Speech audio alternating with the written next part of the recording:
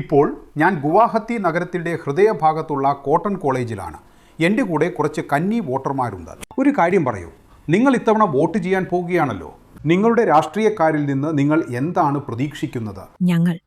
ഞങ്ങൾ പ്രതീക്ഷിക്കുന്നത് അവർ സമൂഹത്തിന്റെ നല്ലതിനു വേണ്ടി പ്രവർത്തിക്കുമെന്നാണ്. അതായത് ഇതിനകമുണ്ടായിരുന്ന BJP സർക്കാർ നമുക്ക് വേണ്ടി ഒരുപാട് കാര്യങ്ങൾ ചെയ്തിട്ടുള്ളത് നമ്മൾ കണ്ടിട്ടുള്ളതാണ്.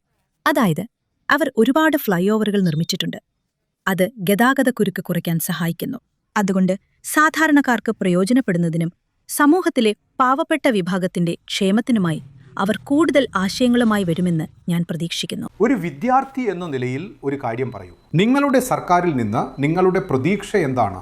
എനിക്ക് തോന്നുന്നത് സർക്കാർ, അതായത് നിങ്ങൾക്കറിയാമല്ലോ NEP, അവർ അതിനെ കൂടുതൽ നിങ്ങൾക്കറിയാമല്ലോ കാര്യക്ഷമമാക്കണം. ഇപ്പോഴും വിദ്യാർത്ഥികൾക്ക് വളരെ സംശയമുണ്ട്, അതായത് ഇനി അവരുടെ കരിയറിന് എന്ത് സംഭവിക്കുമെന്ന്. കാരണം NEP ഇപ്പോഴും വ്യക്തമല്ല.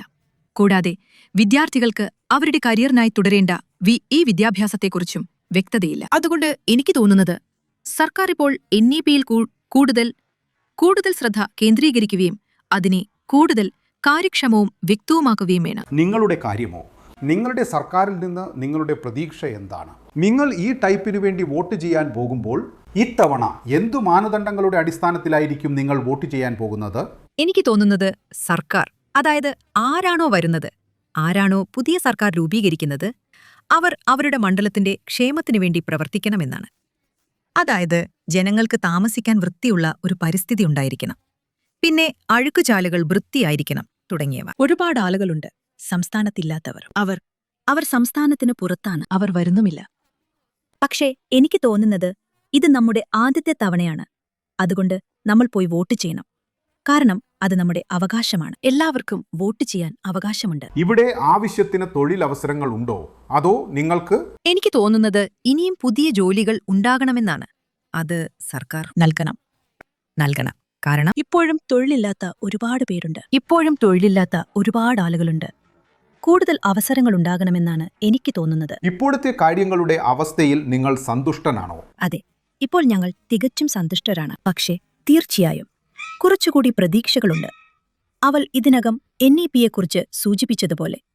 കാരണം അത് യഥാർത്ഥത്തിൽ വ്യക്തമല്ല. കൂടാതെ എനിക്ക് പറയാനുള്ളത്, അവൾ സൂചിപ്പിച്ചതുപോലെ പുറത്ത് താമസിക്കുന്ന ഒരുപാട് ആളുകളുണ്ട്. അതുകൊണ്ട് പോസ്റ്റൽ ബാലറ്റ് സംവിധാനം കൂടുതൽ കാര്യക്ഷമമാക്കണമെന്ന് ഞാൻ ആഗ്രഹിക്കുന്നു. നിങ്ങൾ ചിന്തിക്കുന്നുണ്ടോ? നിങ്ങൾക്കറിയാമല്ലോ വിദ്യാഭ്യാസത്തിന്റെ ഇപ്പോഴത്തെ അക്കാദമിക് നിലവാരം.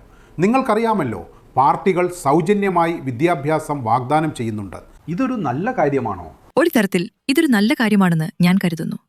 കാരണം വളരെ പാവപ്പെട്ട പശ്ചാത്തലത്തിൽ നിന്ന് വരുന്ന ഒരുപാട് മിടുക്കരായ വിദ്യാർത്ഥികളുണ്ട്. അതുകൊണ്ട് സ്കോളർഷിപ്പുകൾ സഹായകമാണ്.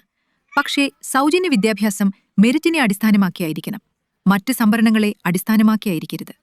ഒരു തരത്തിൽ. കാരണം ഇപ്പോഴും മിടുക്കരും എന്നാൽ ഉയർന്ന ജാതിയിൽപ്പെട്ടവരുമായ പല വിദ്യാർത്ഥികൾക്ക് ഈ സൗജന്യത്തോടൊപ്പം വരും.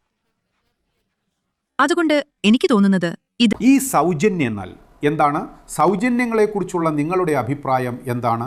ഇത് നല്ലതാണോ ചീത്തയാണോ? ചിലപ്പോൾ ഇത് നല്ലതാണെന്ന് ഞാൻ കരുതുന്നു, പക്ഷെ എല്ലായ്പ്പോഴുമല്ല. സൗജന്യങ്ങളെക്കുറിച്ചുള്ള നിങ്ങളുടെ അഭിപ്രായം. ഈ 6000 രൂപയുടെ പണകൈമാറ്റം, 9000 രൂപയുടെ പണകൈമാറ്റം, അത് നല്ലതാണോ ചീത്തയാണോ? അത് നല്ലതാണ്.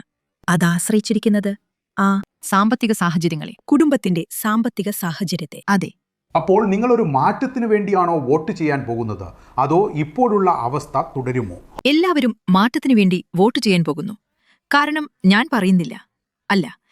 പറയുന്നത് ഏതെങ്കിലും, അതായത് നിങ്ങൾക്കറിയാമല്ലോ, ഞാൻ ഏതെങ്കിലും പാർട്ടിയുടെയോ മറ്റോ പക്ഷം പിടിക്കുകയല്ല. പക്ഷേ അധികാരത്തിൽ വരുന്ന സർക്കാർ മാറ്റങ്ങൾ കൊണ്ടുവരണമെന്നാണ് ഞാൻ കരുതുന്നത്. നിങ്ങൾക്കറിയാമല്ലോ, സമൂഹത്തിൽ പല കാര്യങ്ങളുണ്ട്, അത് മാറേണ്ടതുണ്ട്. അവിടെ മാറ്റങ്ങളുണ്ടാകണം. എങ്കിൽ മാത്രമേ നിങ്ങൾക്കറിയാമല്ലോ സമൂഹത്തിന്റെ നല്ലതിന് അത് ഉപകരിക്കൂ. അതെ, അതുപോലെ തന്നെ അവൾ പറഞ്ഞതുപോലെ. അതായത് ഞങ്ങൾക്കൊരു സർക്കാർ വേണം. അതായത് അത് ഇതേ സർക്കാരാണെങ്കിലും അല്ലെങ്കിൽ ഇപ്പോൾ രൂപീകരിച്ച വ്യത്യസ്തമായ സർക്കാരാണെങ്കിലും അടുത്ത 5 വർഷത്തിനുള്ളിൽ അവരൊരു വ്യത്യസ്തമായ മാറ്റം കൊണ്ടുവരുമെന്ന് ഞാൻ പ്രതീക്ഷിക്കുന്നു. നിങ്ങളുടെ കാര്യമോ? നിങ്ങൾ മാറ്റത്തിനു വേണ്ടിയാണോ വോട്ട് ചെയ്യാൻ പോകുന്നത്, അതോ നിങ്ങൾ? അതെ, ഒരു നല്ല മാറ്റത്തിനു വേണ്ടി. അതെ, ഒരു മാറ്റത്തിനു വേണ്ടി മാത്രം. മാറ്റം. അതെ, മാറ്റം മാത്രം. നിങ്ങൾ മാറ്റത്തിന് വേണ്ടി വോട്ട് ചെയ്യുമോ? അതെ. അതായത് നമ്മൾ എപ്പോഴും സ്ഥാനാർത്ഥിയെ നോക്കണം. പാർട്ടി സ്ഥാനാർത്ഥിക്കാണ് കൂടുതൽ പ്രാധാന്യം. അപ്പോൾ ഞാൻ പറയുകയാണെങ്കിൽ ഞാൻ സന്തോഷവാനാണ്.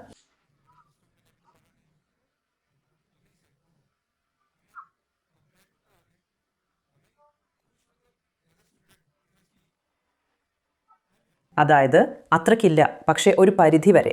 അതെ, കാരണം എനിക്ക് ഒരുപാട്, അതായത് എനിക്ക് സ്കോളർഷിപ്പുകൾ കിട്ടുന്നുണ്ട്. നിങ്ങൾക്കറിയാമോ, എനിക്ക് ഇഷാൻ ഉദയ് കിട്ടുന്നുണ്ട്, എനിക്ക് ഈ ബാബു അസൂമിയും കിട്ടുന്നുണ്ട്. അത് ആൺകുട്ടികൾക്ക് വേണ്ടിയും തുടങ്ങിയതാണ്.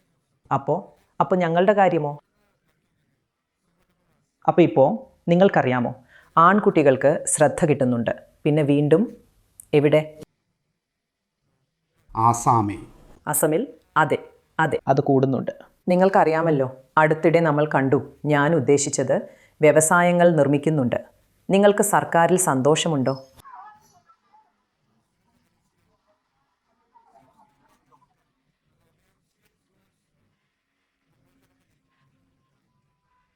നിങ്ങളുടെ പ്രതീക്ഷ എന്താണ്? അതിൻ്റെ അടിസ്ഥാനം എന്തായിരിക്കും? നിങ്ങൾക്ക് സർക്കാരിൽ സന്തോഷമുണ്ടോ? അതെ, സന്തോഷവുമുണ്ട്, ഇല്ലാതെയുമില്ല. 50-50. കാരണം ചില കാഴ്ചപ്പാടിൽ അതുകൊണ്ട് ഗുണങ്ങളുണ്ട്, ചില കാഴ്ചപ്പാടിൽ അത് ദോഷവുമാണ്. അതായത് റോഡുകൾ, പാലങ്ങൾ, അങ്ങനെയുള്ള ചില കാര്യങ്ങളിൽ മാത്രമാണ് അത് മോശം.